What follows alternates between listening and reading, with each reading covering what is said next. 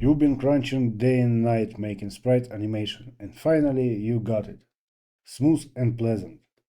With sight of relief, you run your build to find out the character movement is broken. You check the movement code and it's gone. Before you go inventing a time machine, stay a while and listen. I will tell you how to do it.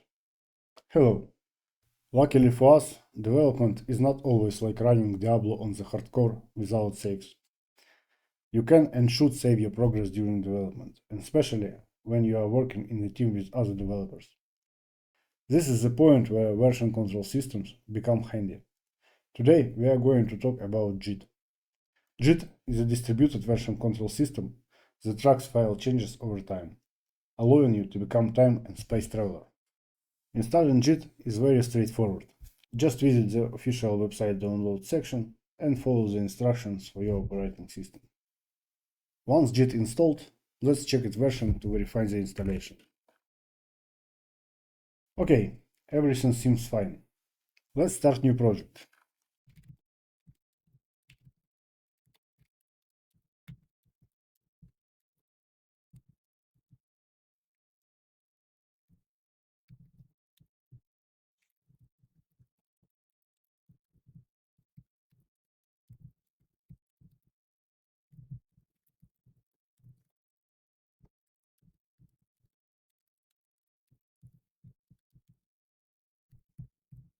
For Git to be able to track changes in your project, you have to init repository first. It can be done running init command. This will create an empty repository inside your project folder. If you will list folder content, you will find that .git folder was created. So what, you will ask? Yes, currently Git did not track anything. But let's run status command. As you can see, the main.py file is listed in the untracked file section. At least we track that we didn't track anything so far. But what does it mean? Now is the most crucial part to understand what JIT is and how it actually works. JIT is a file system with three states trees: working tree, index, and head. And in any moment of time, JIT tracks your project state in all three trees. Most commands you will run will move your changes between these three states. Let's start unrolling all of this from the working tree. As its name suggests, working tree is where work happens. You can edit, remove, move files and folders, and JIT mostly does not care at all. But when you are good with the work you have done, you can stage the changes into index tree using add command.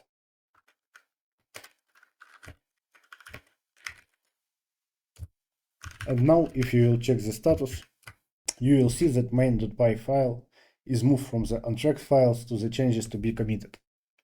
So we move changes between working and index trees using add command. Let's add some code to the main.py file.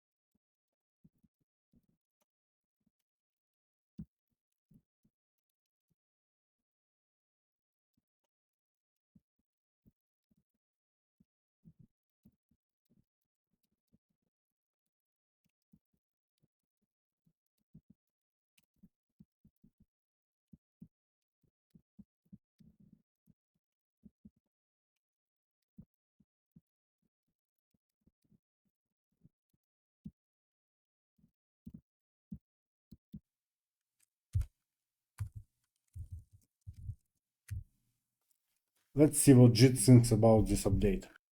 Now you see another section, changes not staged to commit.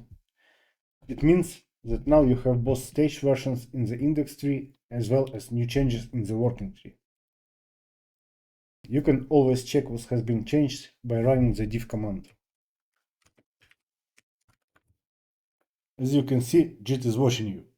If you are good with the changes, you can stage it once again.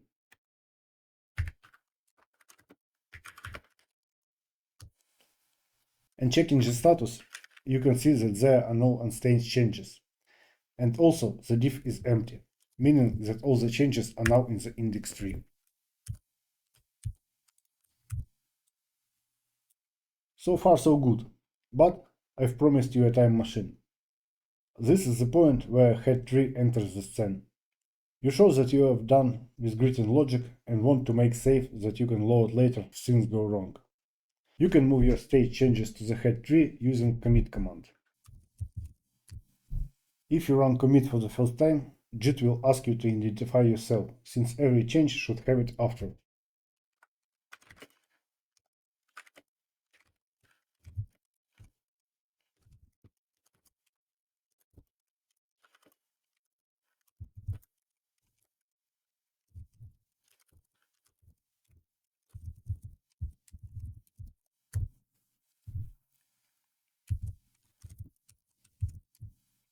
Git will ask you to write the commit message. Usually, in the commit message, you describe features or fixes you have made, so later you can easily find your save point. Save the commit message, and there you have it, your first commit. Let's take a quick look at the status. It says nothing to commit, working tree clean, which means that now we're starting with clean working and index tree. We just move state changes from the index tree to the head tree by creating commit. Let's go a bit crazy and delete the whole file.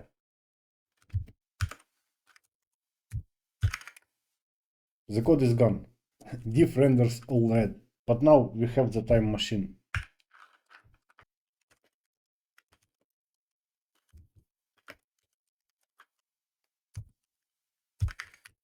Descartes is back.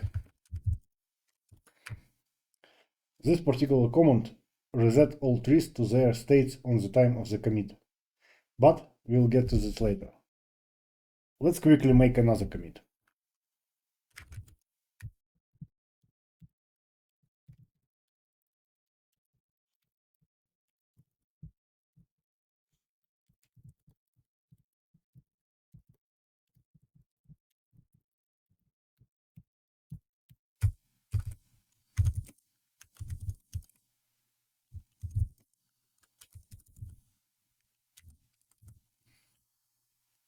Add changes to the commit and commit them.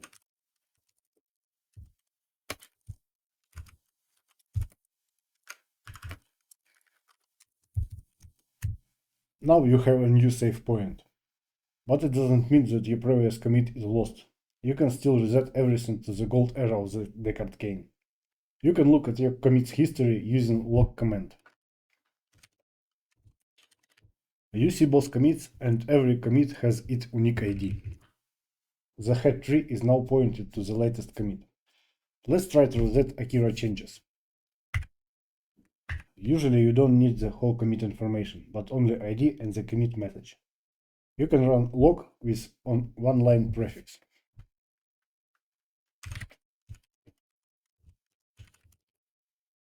When executing reset command, you can specify target commit ID.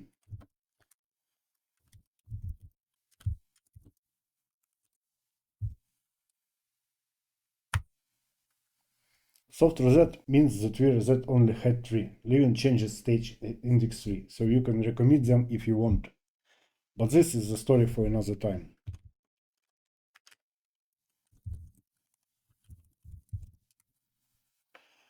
For now, everything is happening on your local machine, and if you accidentally delete .git folder, you will lost all your commits and history. This is no good.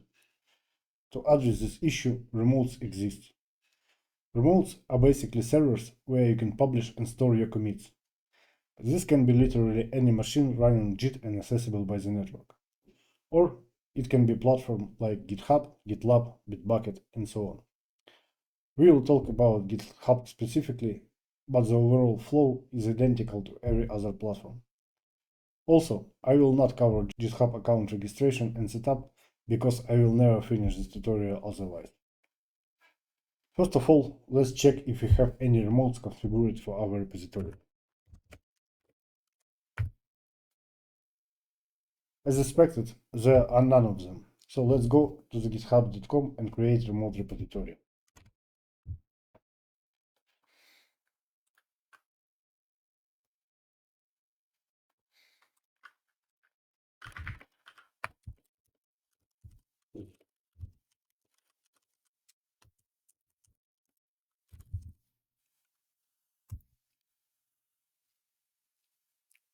Now, as you have repository URL, you can add remote to your local repository.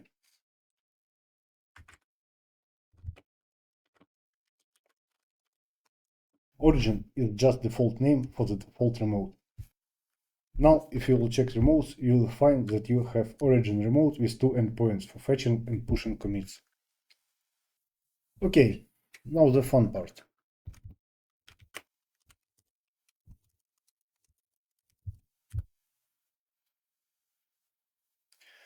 You just pushed all your commits to the remote, so you can assess your work history even if you will burn your computer.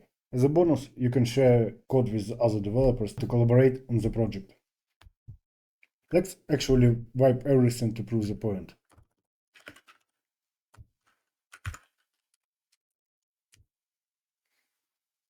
Your code is gone, your local Git history is gone, but you can restore everything with a single command.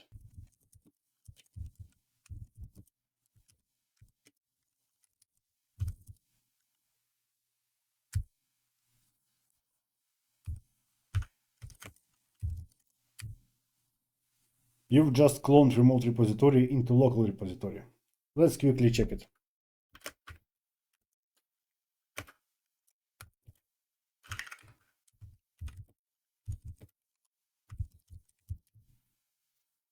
All the files and commits are there, as if I have never deleted them.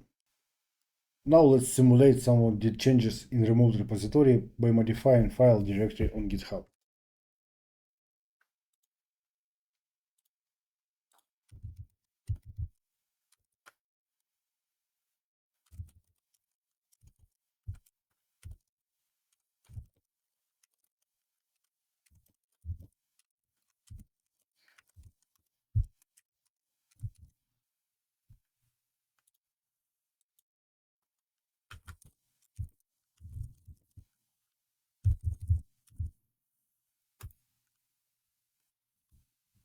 Now you can pull remote changes.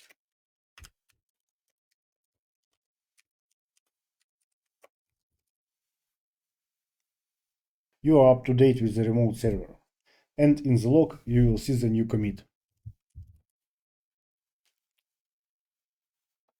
That's it, your remote is all set up.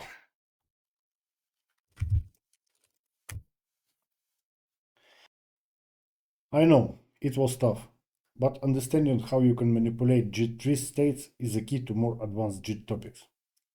Next time I will touch Git topic, we will discuss why trees are actually trees, cover branches, merging, rebasing, and other cool stuff.